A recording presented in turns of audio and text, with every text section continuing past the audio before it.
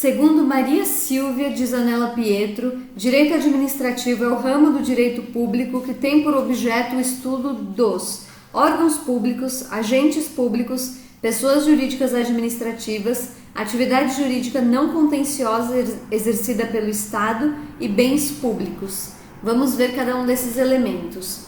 Órgãos públicos é o centro de competências criados por lei, sempre despersonalizados, que integram a estrutura da administração direta e indireta.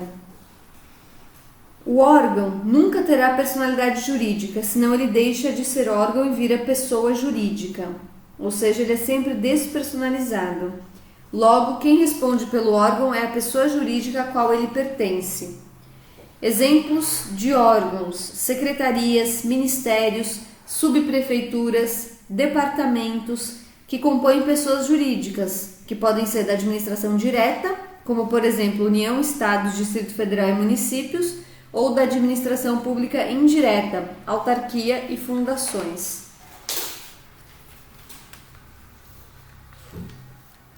Quando se quer acionar algum órgão, você deve acionar a pessoa jurídica a qual o órgão pertence. Então, por exemplo, se você quer acionar uma subprefeitura, você deve acionar o município, sob pena de ilegitimidade de parte. Então, se você acionar uma subprefeitura, por exemplo, haverá ilegitimidade de parte, porque quem deve ser acionado é a pessoa jurídica.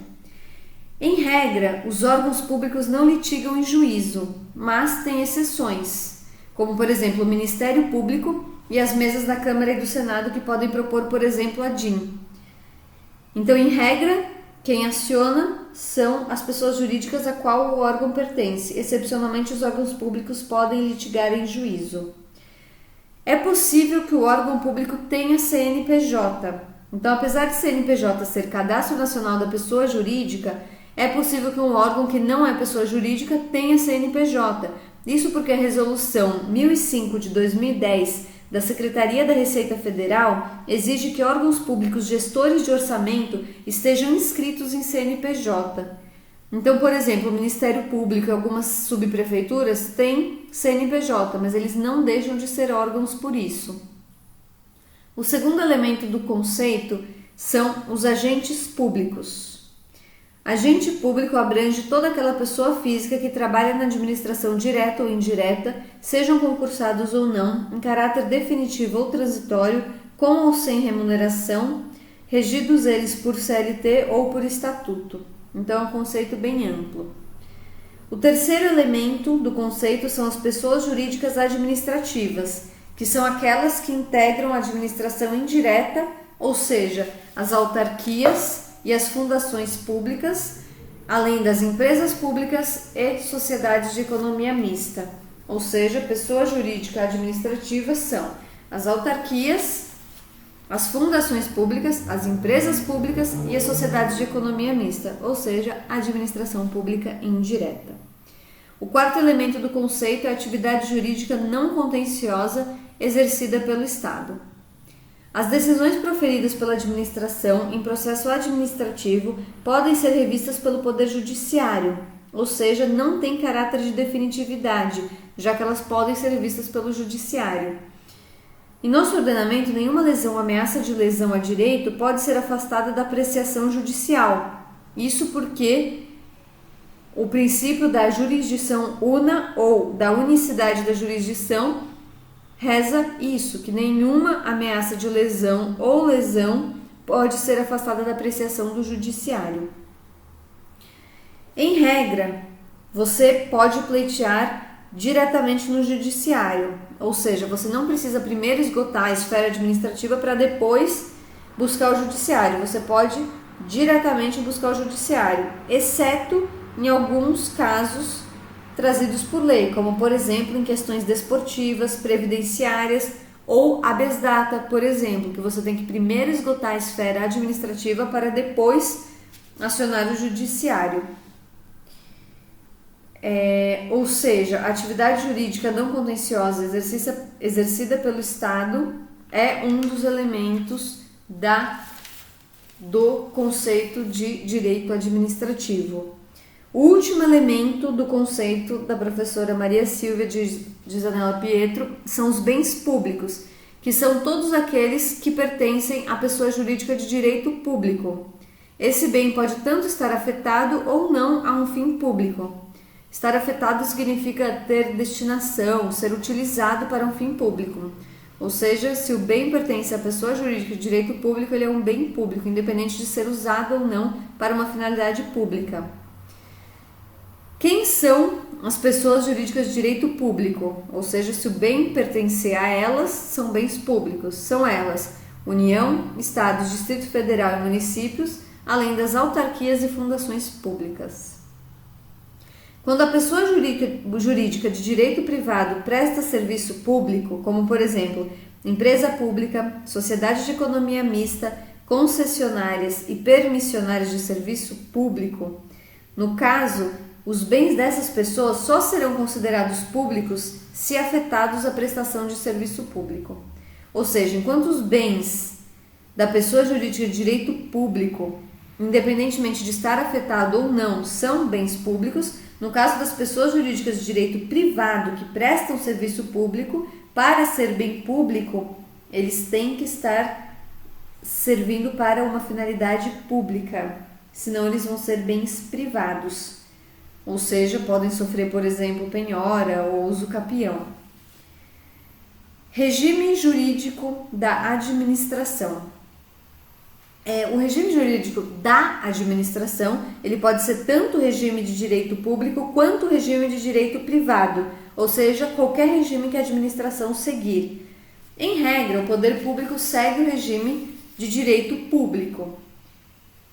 E esse regime jurídico de direito público, ele é também chamado de regime jurídico administrativo. Ou seja, para ficar clara essa diferenciação, o regime jurídico da administração, ele pode ser tanto público quanto privado, ou seja, é o regime jurídico que a administração escolher. Agora, o regime jurídico administrativo, esse sempre é regime de direito público. Então, enquanto o regime jurídico da administração é um gênero, o regime jurídico administrativo é uma espécie, que sempre será de direito público. Então, por exemplo, no caso de uma locação, em que a administração é uma locatária, o que vai reger é o direito privado. Ou seja, a administração vai estar em pé de igualdade com o particular. No direito privado que vai reger essa relação, esse contrato de locação. Então, nesse caso, o regime jurídico da administração é o regime privado. Princípios constitucionais. Então, a administração ela é regida tanto por princípios constitucionais como princípios que não estão na Constituição. 5 princípios estão expressos na Constituição no artigo 37, caput da Constituição Federal. São eles: legalidade, impessoalidade, moralidade, publicidade e eficiência. Eles formam a sigla LIMP. Então vamos falar de cada um desses princípios expressos na Constituição. Legalidade. A legalidade administrativa é a legalidade restrita ou estrita, que é o que dispõe que a administração só pode fazer o que a lei autoriza. Então, diferente da legalidade privada, que as pessoas podem fazer tudo aquilo que a lei não proíbe, a legalidade administrativa é que a administração só pode fazer o que a lei permite. O segundo princípio é o princípio da impessoalidade. Ele tem 2 formas de ser analisado. A primeira forma é que ao administrador é vedado o uso de nomes, símbolos ou imagens que o identifiquem em obras ou serviços públicos executados por ele. Ou seja, o artigo 37, parágrafo 1º da Constituição Federal traz que o agente público, ou seja, o administrador que faz aquele determinado serviço público, ele não pode usar nenhum símbolo, como por exemplo uma estrela que vai remeter ao PT, ou não pode usar nenhum nome para uma obra pública, porque quem faz aquele serviço público ou obra pública é o poder público e não o agente. A segunda forma de analisar o princípio da impessoalidade é que sempre que o agente público atua no exercício de suas funções, o interesse deve ser público. O interesse público é o interesse comum, o interesse coletivo. Ou seja, ele não pode favorecer amigos, não pode desfavorecer inimigos, ele tem que atuar com foco no interesse público primário, que é o interesse público de todos, da coletividade. Se ele não atua visando o interesse público, essa atuação está desviada com desvio de está viciada com desvio de finalidade. O terceiro princípio é o princípio da moralidade administrativa. Moral é um conceito aberto que depende da análise da cultura, da região, da época. Então, se for numa diferente região, com uma diferente cultura, em épocas diferentes, o conceito de moral ele vai variar. Então, ele tem que ser analisado naquela determinada época, naquela determinada cultura e naquela determinada região. O agente público, no exercício de suas funções, deve se guiar por padrões de ética e honestidade normalmente aceitos. Princípio da publicidade. Os atos editados pela administração devem ser públicos em razão da transparência administrativa e também para viabilizar o controle. Existem exceções ao princípio da publicidade, ou seja, tem casos em que os atos serão sigilosos, como por exemplo quando eles estão ligados à segurança nacional ou são objetos de inquérito policial. Nesses casos eles podem sim ser sigilosos. Observação: é possível que um ato seja público sem ter sido publicado em diário oficial, ou seja, não é publicação em diário oficial que traz a característica da publicidade ao ato. Então, por exemplo, no edital de licitação na modalidade de convite, ele não precisa ser publicado em diário oficial, ele já foi dado publicidade. Ou seja, em alguns atos não precisam da publicação em edital da publicação em diário oficial para serem públicos. Porém, alguns determinados atos só terão publicidade se houver a publicação em diário oficial. Como, por exemplo, os atos normativos, ou seja, os decretos, as portarias, as resoluções, os regulamentos. Esses sim dependem de publicação em diário oficial para se ter publicidade. O último princípio, expresso na Constituição, no artigo 37 caput, é o princípio da eficiência. Esse princípio foi inserido pela Emenda Constitucional 19 de 98 e ele estabelece que a administração pública deve atuar de forma célere, organizada e com qualidade, de forma a satisfazer as necessidades da coletividade. Em atendimento a esse princípio, que se criou as agências reguladoras, que fiscalizam e regulam alguns serviços visando uma melhoria na prestação desses. Então, as agências públicas vêm justamente para trazer mais celeridade, mais organização para o serviço público, que é o que preza o princípio da eficiência. Agora, além desses princípios expressos na Constituição, tem alguns princípios importantes que não estão expressos na Constituição, mas também são aplicados à administração pública. São eles: princípio da autotutela, que dispõe que a administração pode anular, por motivos de ilegalidade, ou revogar, por falta de conveniência e oportunidade, seus próprios atos. Ou seja, os atos administrativos podem ser anulados, se ilegais, ou revogados, se inconvenientes e inoportunos, pela própria administração. O segundo princípio é o princípio da autoexecutoriedade. A administração executa seus atos sem submeter a prévia análise do poder judiciário. Ou seja, a administração pode fazer uma interdição de um estabelecimento, a apreensão de um bem, sem antes submeter isso à apreciação do poder judiciário. Além de ser um princípio, a autoexecutoriedade é também um atributo do poder de polícia e um atributo do ato administrativo.